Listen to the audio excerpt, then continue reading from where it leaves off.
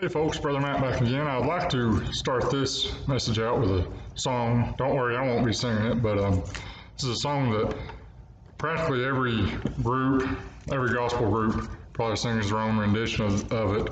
The song is Beulah Land, and this particular one is sung by the Gospel Plowboys, which is a bluegrass gospel group from North Carolina. Probably one of my favorite gospel groups that there is right now. It's one thing to be able to sing well or play an instrument well, but these gentlemen have a real touch of God on their playing and on their singing, and so I'm going to play this song and then we'll get started.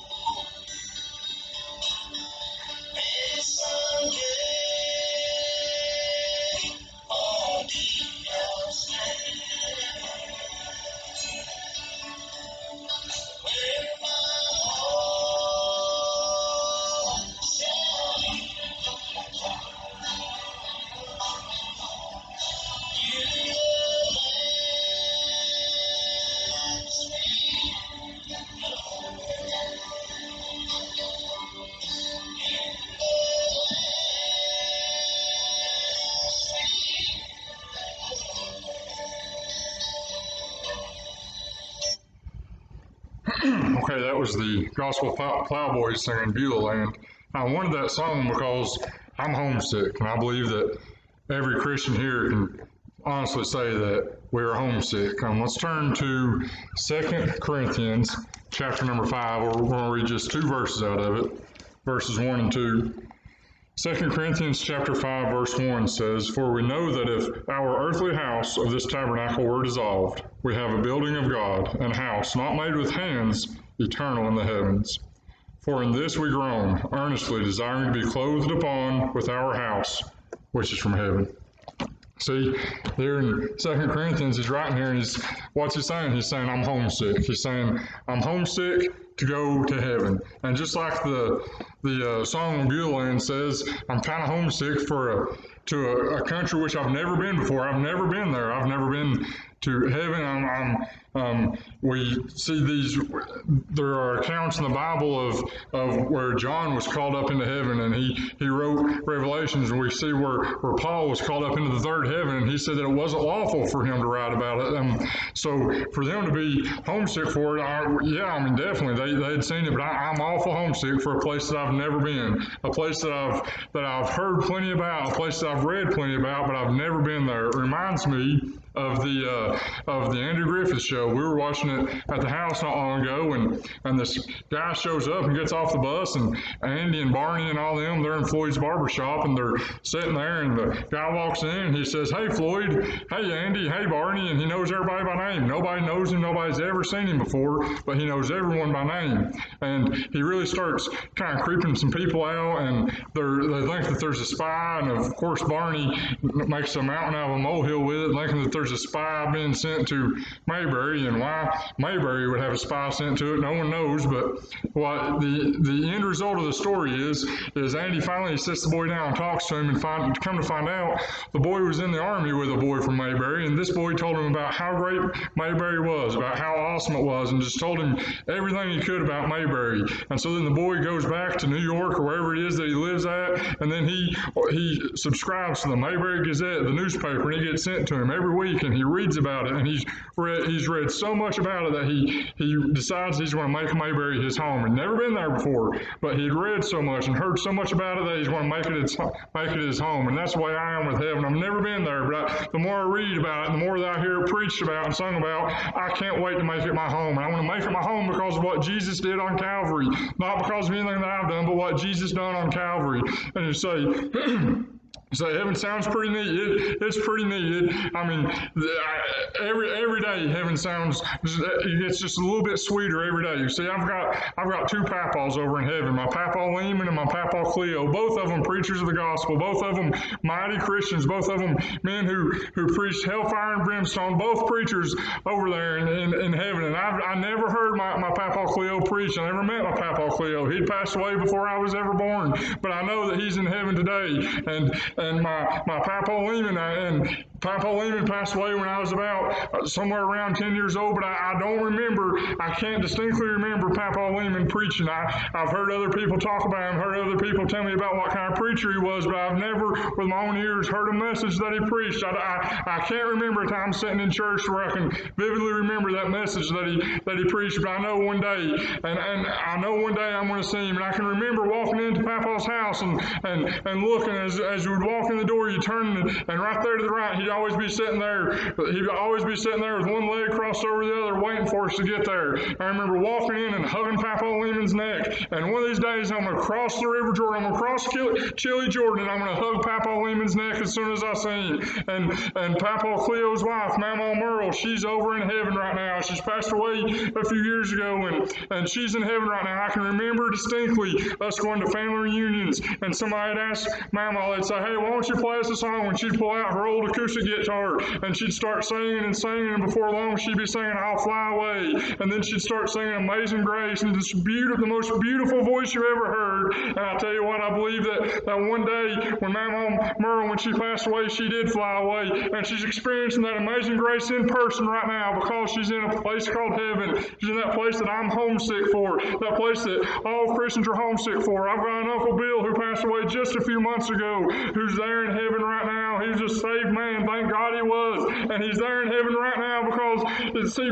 stuff like that makes heaven just a little bit sweeter every day. Every day we have friends and family who pass away from this life, and we know that they've gone on to be with the Lord, and it makes heaven just a little bit sweeter, and it makes it to where this world loses a little bit more of its pull on us each and every day.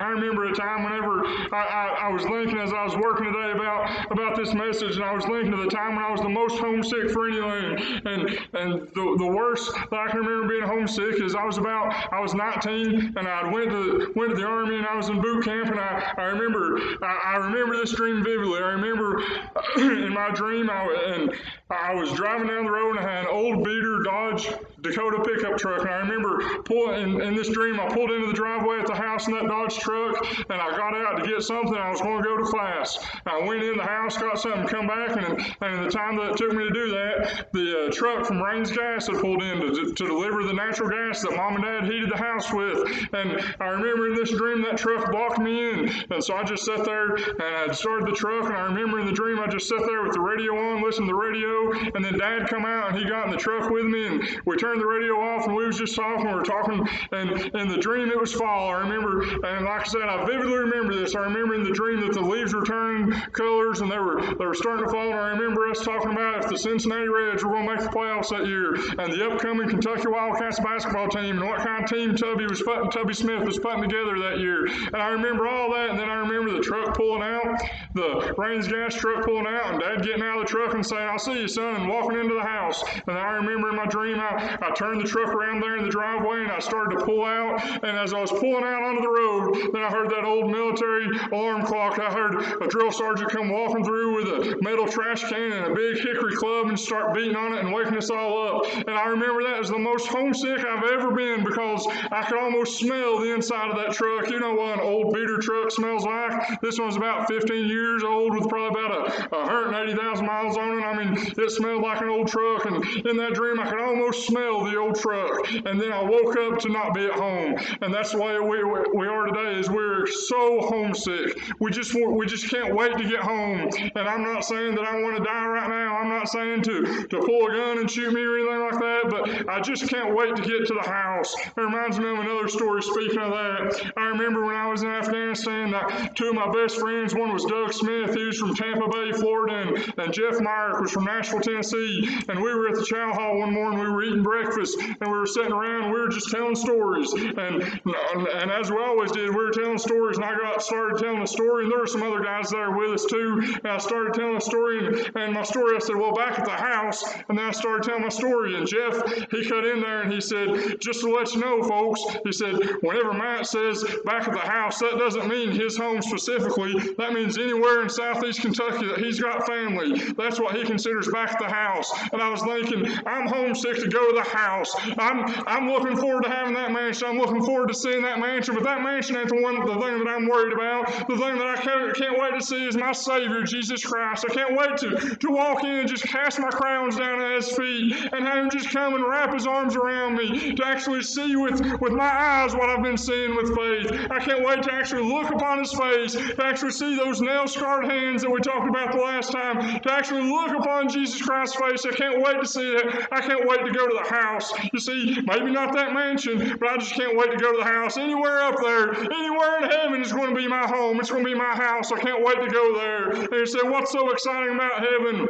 Well, there's many things that are so exciting about heaven. One of the things that's so exciting is that there's going to be no sickness in heaven. There won't be any sickness. We won't have migraines. We won't have sinus infections. Cancer will not exist. It will cease to exist up there. And all of us have lost a loved one to cancer. All of us have seen the way that cancer just eats away at them and just tears them down. Someone who's formerly so strong and vibrant and full of life, it just tears them down to a shell of their former being right before they pass away. We've all seen someone who's had a disease who's just come out of nowhere, and it's just sucker punch them. It feels like it just came out of left field. We've all seen someone who's just full of life, and all of a sudden that disease comes. There'll be no more cancer. There'll be no more leukemia. There'll be no more Lou Gehrig's disease. There'll be none of those diseases will be in heaven. There's going to be no sickness in heaven. Another thing is that there's going to be no sin in heaven. There's going to be no sin, no temptation to sin. There's not going to be any temptation to sin at all, and none whatsoever, because the Bible says that no sin will enter into heaven. And we see we're so tempted every day to sin. The devil just throws those stumbling blocks out in front of us over and over and over again. And he throws so many of them out that eventually we do sin. Eventually we stumble over it and we sin. But those stumbling blocks ain't going to be in heaven. There's going to be no sin in heaven, no opportunity to sin whatsoever in heaven. Another thing is there's going to be no sorrow in heaven. You see, we look around and we see all the broken marriages in heaven, all the broken marriages down here. There won't be none of that in heaven. We see all the broken families down here. We look around and we see all the things, all the sorrow around here. I remember the first time in my life that I can think of, the first time that I ever remember just a real sorrowful, gripping news story. And I remember that as a kid, we were sitting around the house, and it was the Susan Smith story. And if you don't know who it is, Susan Smith was a woman from South Carolina, and her kids went missing, and she gave the story of a man who had robbed her of her car at gunpoint with the kids in the back seat. And I remember this went on for a few days. It went on, I don't remember exactly how long, but I remember it went on for a few days before the truth ever came out. But I remember how when the story first came out, everybody in the country was looking for this car. They wanted to find those boys because they were scared to death. They were so grieved about what must be going through those poor kids' minds and what those poor kids must be experiencing. And I remember that as we'd sit around the living room and sit around the TV, that Mom and Dad would watch it on the news. Mom would say, "Oh, those poor kids, those poor babies." And then the truth of the matter finally came out, that this mama had actually buckled her kids in the car and had drove the car into a boat ramp and drove them into the lake, and the kids had died. She'd actually killed her own kids. And I remember the sorrow and grief that just took a hold of my mom and dad's heart. You see, we didn't know the people. We'd never met them. We'd never even been to that part of the country, but they felt sorrow and grief because of the things that happened to those kids. There'll be no more sorrow. There'll be no more hurt people. There'll be no more kids getting hurt. There'll be none of that. There'll be no sorrow in heaven. And there'll be no Satan in heaven. There'll be the devil. He's going to be bound up and cast into the lake of fire. He's going to be cast into hell where he belongs. The hell that was prepared for him. He's going to be cast in there. He won't be able to get at us. He won't be able to destroy us. He won't be able to destroy another family. He won't be able to destroy another church. He won't be able to discourage another preacher or another pastor. He won't be able to discourage another person from doing right. He's not going to be there. He's not going to be anywhere around there. He's going to be cast into the lake of fire. I'm really homesick for heaven. Are you homesick for heaven today? You say, "Oh, it's awful. I'm so homesick, and this world is so awful," and it is. We look around this world, and this world is wrecked with sin. Sin's just got a more powerful hold on this world than I've ever seen in my life. And I know that it's just going to get worse until time ends. I know it's just going to get worse until the Lord comes back. I know that the longer the Lord tarries is coming, the worse and worse sin's just going to run rampant and run rampant. I tell you what, I believe we're awful close, though. I believe we're real close. I've got one more story I'm going to tell you. Again, when we was in Afghanistan, we were over there for a year, and we kept a calendar in our room and a poster in our room in our hut. Me and the guys that shared a hut, and that calendar, it had the number of. We'd mark an X across each day. As soon as we woke up, we'd wake up and we'd mark an X across this day, and we had our going home date circled. We had the day that we was going home in March. We had it circled. And we'd look around, and then on the poster we'd mark 365 all the way down to 0. And so whenever we'd wake up, we'd mark through. It'd be day 275. We're done with day 275, boys. It's getting closer. And then we'd look and we'd wake up, and hey, day 192's done. We're getting closer, boys. We're almost there. We're almost halfway. And then all of a sudden it got down to day 100, and we woke up and we marked off day 100, and we started to get excited. We started cheering. Why? Because we were in the double digits. We were down to day 99 now. And you say, "Hey, day 99, that's still an awful lot." Yeah, it is, but it's not as much as 299. It's a whole lot less.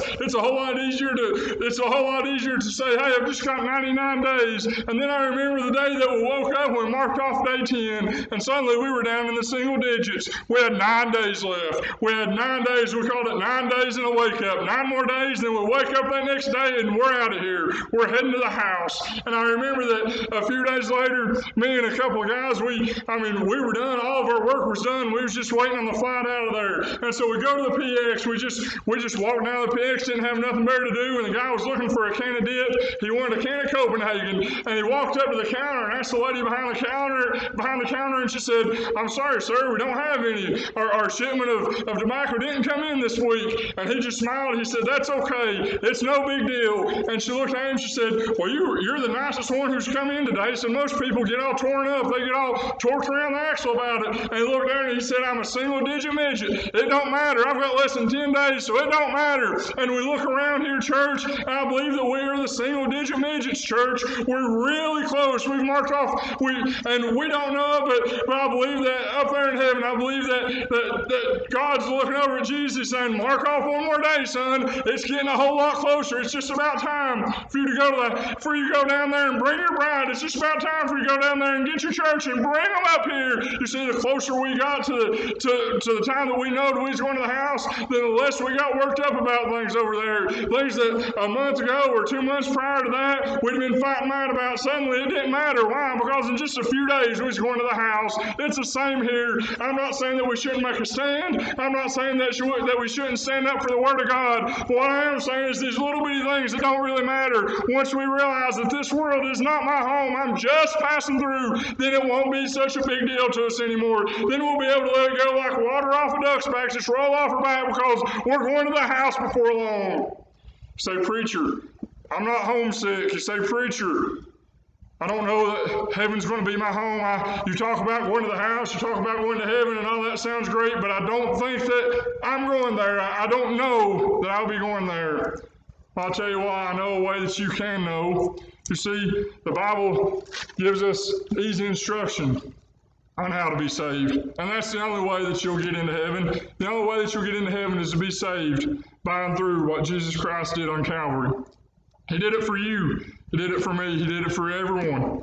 The Bible says, God so loved the world that he gave his only begotten Son, that whosoever, doesn't say that only if you're good enough or only if you've not done this or not done that. It says whosoever. The Bible says whosoever calls on the name of the Lord shall be saved. You can guarantee that you're going there. You can guarantee that you're going to the house with me whenever this thing's all said and done. And you say, preacher, I'll wait till tomorrow. I'll wait till tomorrow and I'll get that figured up. I'll wait till tomorrow and I'll fix all that up. There may not be tomorrow. There may not be a tomorrow there. There may not be a tomorrow on it. I was telling you the story about, or the name of that group that sung that song there at the beginning. Their name's the Gospel Plowboys, and I've watched a lot of videos of them on YouTube, and one of them, they're in a church and they start to sing, and one of the members comes up and he starts to talk about how just a few months before that, how he was at the house and how he was kicked back in the recliner. And next thing he knew, he woke up at the hospital. See, he didn't plan on having a heart attack. He didn't plan on coming that close to dying, but he did. And he was talking about how he thanked God that he had everything settled. You know, we've got that old account, the hymnal says the old account was settled long ago. Is your old account settled? Because you don't know when that payment's going to due. You're going to come due. You don't know when that payment's going to come up. See, we don't know when our last breath will be. We don't know when it will be. We don't know when the day that our soul will be required of us. We don't know.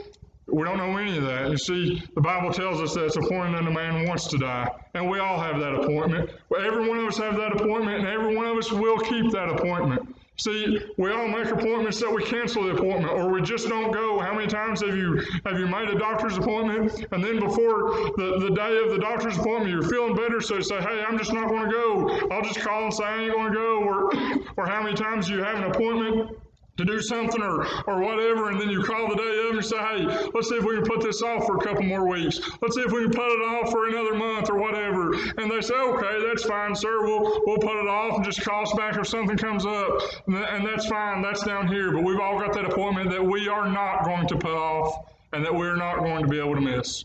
We've all got that appointment that we will keep, because it's not in our power to be able to bypass the appointment. It is appointed unto man once to die. And what does it say after that? It says, after this, the judgment. After this, we will be judged. And we're not going to be judged by a carnal judge down here on earth. We're not going to be judged by a judge who is voted in or anything like that. And I'm not saying anything good or bad about the judges down here. But we're going to be judged by a holy God. I don't care how great the judge of your county or your district or whatever. I don't care how great he is or she is, how moral he or she is, how they do everything right. It's nothing like being judged by a holy God. because there we will be judged by this book. We'll be judged by all of the accounts in our life and be judged by this book.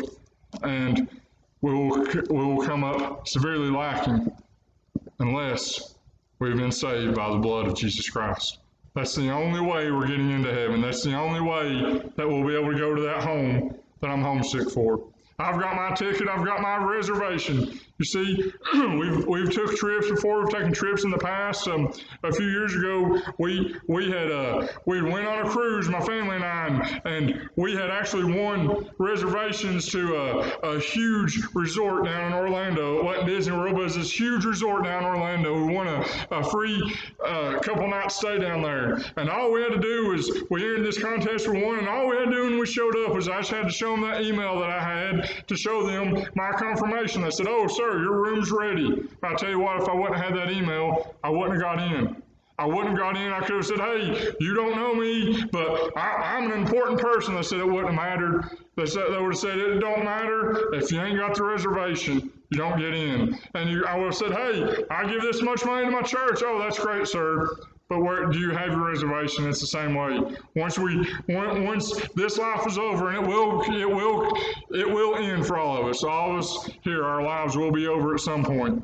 When this life is over, whenever we go before the judgment, it won't matter. It won't matter of how much money you've given how much money you've put in the offering.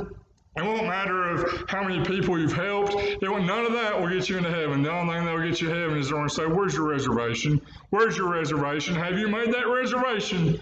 Through Calvary, because that's the only way it will work. Because you see, the Bible tells us that our righteousness is as filthy rags. The very best that we could do is as filthy rags. The very best that we could do falls way short of the glory of God. The Bible tells us that all have sinned and come short of the glory of God. That includes you. That includes me. Do you have your reservation? Do you have your reservation for that? Do you have your reservation to go to the house with me? Do you have your reservation for that mansion in the sky? There's only one way to get that reservation, and it's in the pages of this Bible here. There's only one way, and you can find the answers in the pages of this Bible. There's only one way, and that is to accept what Jesus Christ done on Calvary for you and for me. Now I'm about to close this out, but as I'd said Monday, if you have any questions, if you'd like to speak to someone, if you feel the Lord dealing with your heart and drawing at your heart, if you feel conviction sent down on you, please, I'm begging you, find someone, seek someone out, seek out a pastor, seek out a preacher, seek out a saved family member or friend, and go to them and ask them, say, "Hey, I've really got this, I need to speak with you. I need it," and don't worry about bothering them, because I'll tell you what, there is no greater feeling in the world than knowing that you're leading someone to Christ. So don't worry about bothering them, don't worry about the time of the day or the time of the night. And if you're watching this video and you don't have anyone like that, to leave a comment, and the pastor's wife, she'll get with it, and she'll be able to get your email address or phone number, and have one of the preachers or the pastor contact you, because there is no greater joy in life than leading someone to Christ. Other than being saved, other than the day that you get saved yourself, then there is no greater joy. There is nothing better than to know that you helped lead someone to Christ. And it's nothing that we do. It's nothing that we do at all. It's all done on Calvary. You see, when Christ was on Calvary, as he hung there, what did he say? He said, "It is finished." What did he say is finished? The payment for sin is finished. He done it. He paid it all there on Calvary for all of us. So please, I'm begging you, if you're not saved, if you can't say that you're going to the house with me, if you can't say that you're going to the house with the rest of us, please, I'm begging you to get saved.